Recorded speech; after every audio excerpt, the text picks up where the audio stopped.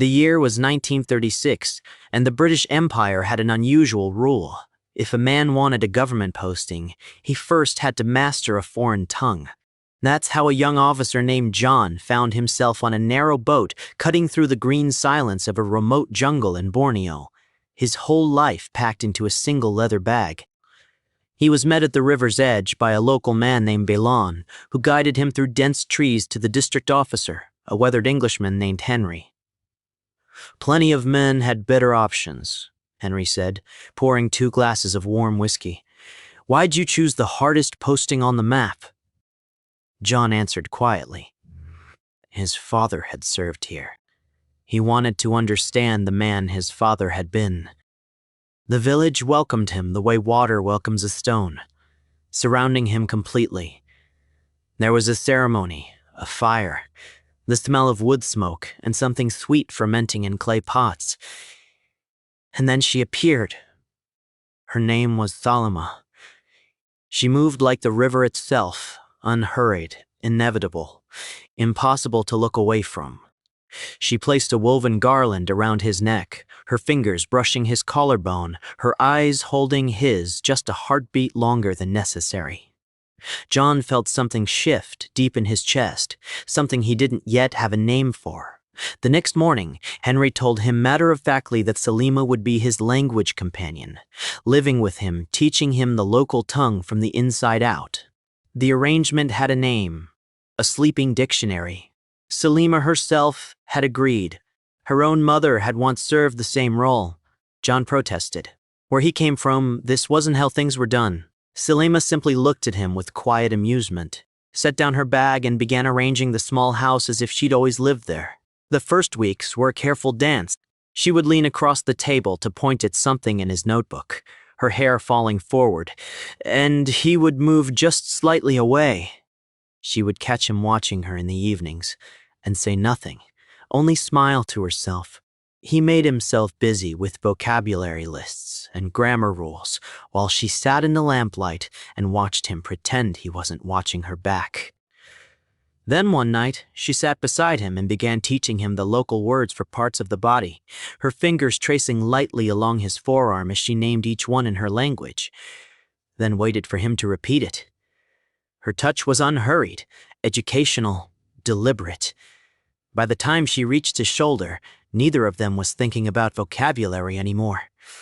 He kissed her first. Or maybe she kissed him. Later, neither could say.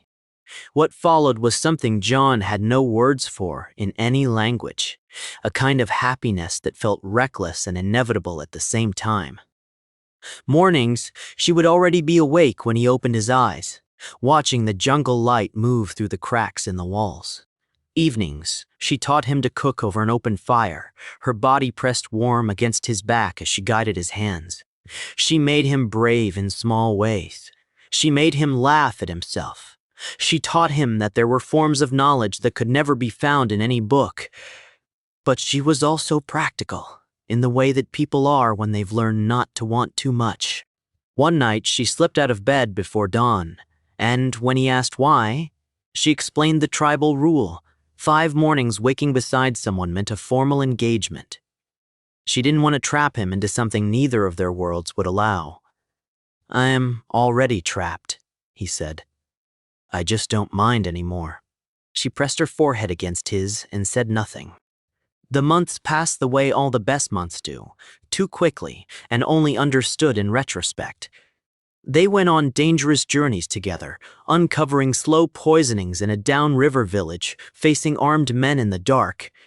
She was brave in ways that made his throat tighten. He was devoted in ways that surprised even himself. When he was finally ordered back to England, it felt like something physical being torn away. A year later, he returned. This time with a wife, Henry's daughter Cecile, a sensible and kind woman who knew more than she let on. The village welcomed him back with fires and music. He smiled and shook hands and thanked people for their warmth, and all the while his eyes moved through the crowd looking for one face. He found her by the river. She was carrying a child on her hip, a boy with light skin, and her eyes, and a small nose that could only have come from one place. John stood very still.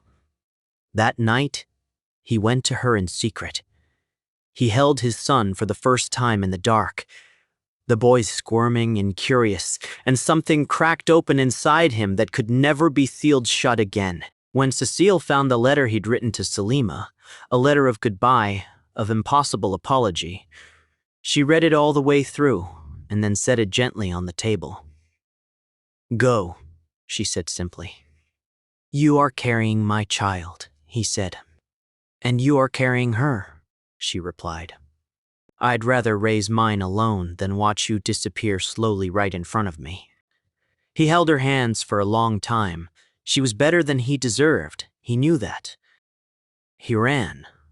Through the dark jungle, past the boats, past the checkpoints, toward the one place that had ever felt like home, not a building or a country, but a person. She was waiting. They faced danger one last time together. A violent man sent to stop them, the crack of a single gunshot in the forest, arrows from the villagers who had come to know John as one of their own. When it was over, they stood in the sudden quiet with their son between them, breathing hard, alive. "You could have had a proper life," she said. "A house, a career, everything." He looked at the river catching the morning light, at their boy watching a bird in a tree, and her face that he had memorized and forgotten and memorized again. "I have everything," he said. And she believed him, because it was written all over him like a language he'd finally learned to speak.